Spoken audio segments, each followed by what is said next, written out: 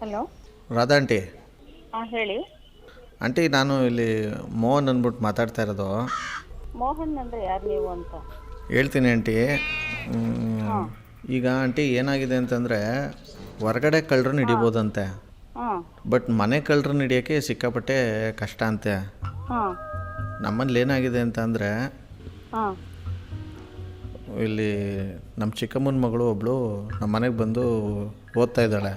ಹಾಂ ಒಂದು 2-3 ಮಂತ್ಸಿಂದ ಏನು ಮಾಡ್ತಿದ್ದಾಳೆ ಅಂತ ಅಂದರೆ ಆಂಟಿ, ಇಲ್ಲಿ ನಮ್ಮ ಮನೆಯಲ್ಲೇ ದುಡ್ಡು ಎತ್ಕೊಂಡು ಬೇರೆ ಕಡೆ ಕದೀತಾ ಇದ್ದಾಳೆ. ಬಟ್ ಇಲ್ಲಿ ನಮ್ಮ ಅಮ್ಮಂಗೆ ಗೊತ್ತಾಯ್ತಾ ಇಲ್ಲ. ಮೊನ್ನೆ ಗೊತ್ತಾಗ್ಬಿಟ್ಟು ಗಲಾಟೆ ಮಾಡಿ ಅವ್ರ ಮನೆಗೆ ಕಳಿಸ್ಬಿಟ್ಟಿದ್ರು. ನಾವು ಚೆನ್ನಾಗಿದೀಯಾ? ಸಖತ್ತಾಗಿದ್ದೀನಿ.